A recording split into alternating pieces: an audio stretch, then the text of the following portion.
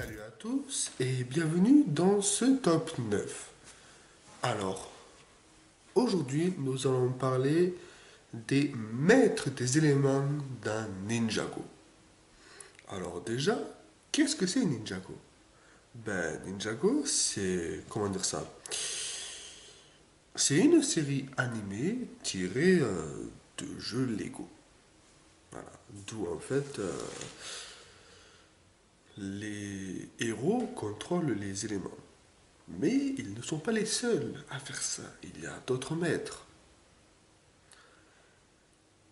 Et dans notre top 9, je vais vous dire quels sont mes maîtres préférés. En numéro 9, Karlov, maître du métal. Je ne parle pas de la musique métal. Je parle plutôt genre du fer, du plomb, tout ce qui est ferraille, quoi. Voilà, genre le magnéto du Lego. Ce que j'aime bien, c'est un peu sa personnalité. Voilà, sa personnalité. Parce qu'il est tellement con et tellement brut qu'il parle de lui à la troisième personne. Genre, un peu à la Hulk. Vous voyez?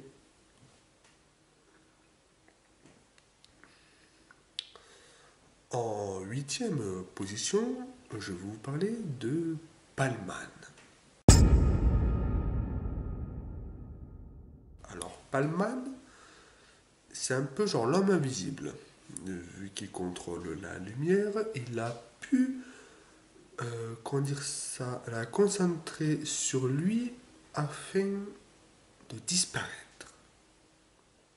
Et donc, la seule chose qu'on voit, c'est ses vêtements et une paire de lunettes de soleil.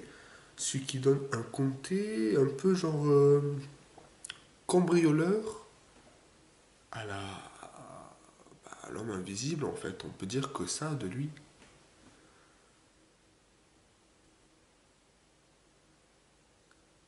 Et non, je pense pas que c'est pervers. En septième position, je vais vous parler de Gravis, le maître de la gravité.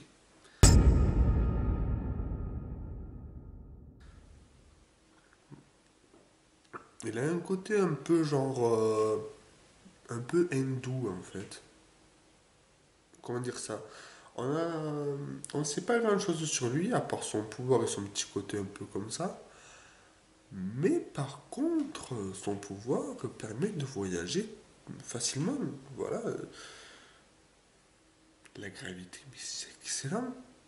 Imaginez, genre, vous pouvez voler avec ça.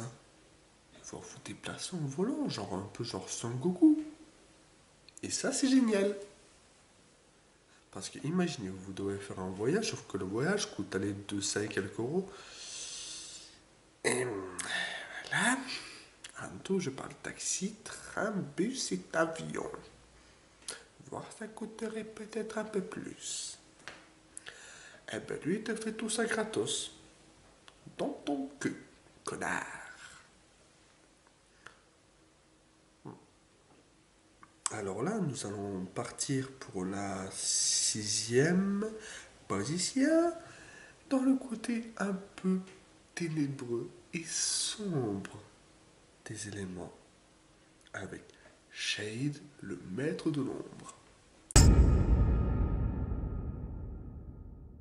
Alors lui, il voit une ombre, il peut carrément fusionner avec, même avec la tienne. Ça veut dire qu'il peut t'espionner s'il veut, et te faire un coup à la Peter Pan. C'est-à-dire te piquer ton ombre, te bouffer ton ombre. Et plus c'est affinité.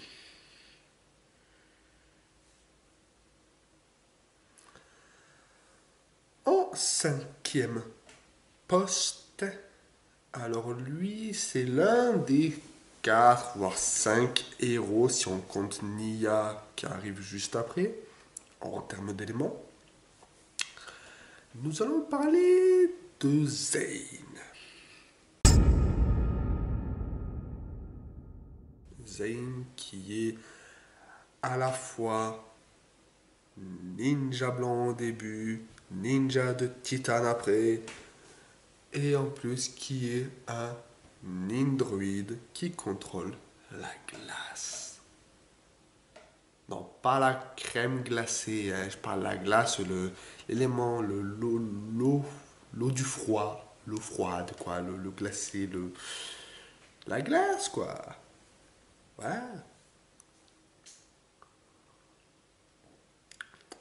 pas mauvais ce café.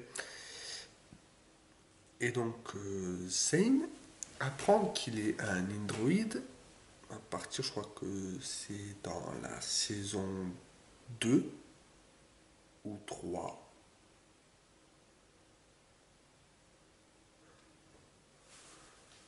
Et à ce moment-là, tout est révélé sur lui, voire même beaucoup plus. Et son pouvoir de contrôler la glace est génial. Faudrait juste qu'il se mette pas dans un Disney, si vous voyez ce que je veux dire. En quatrième position. Alors là, j'en connais un, dans le fond, qui va s'enflammer pour lui. Kai, maître du feu.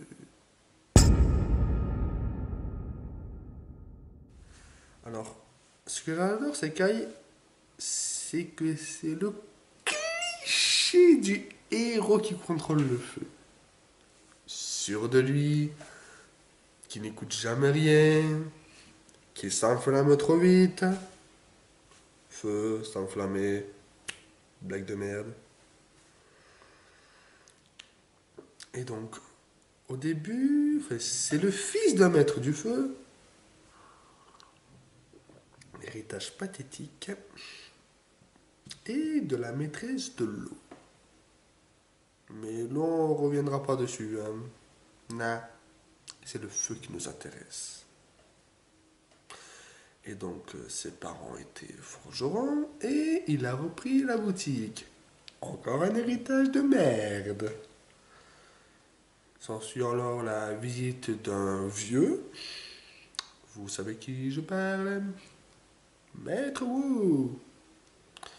Qui lui dit qu'il doit retrouver les 4 armes sacrées et tout ça afin de vaincre un méchant là. À plusieurs bras. Enfin, plus de 2 bras quoi.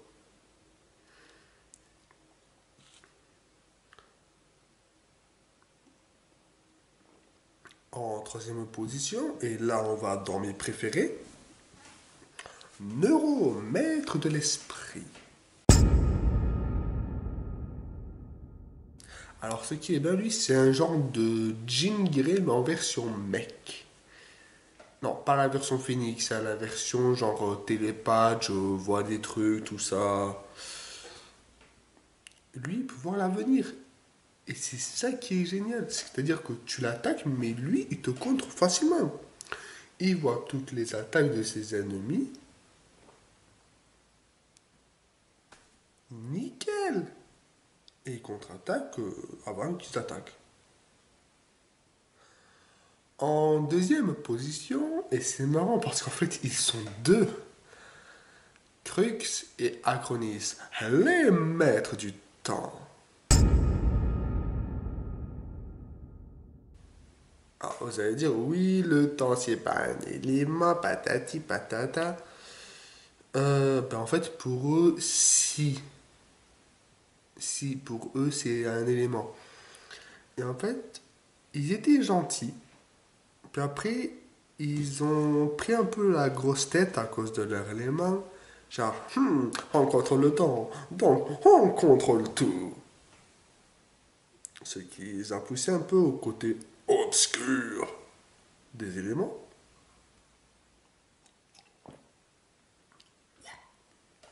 Mais bon, mes défauts. Et donc, ils se sont retournés contre les anciens maîtres.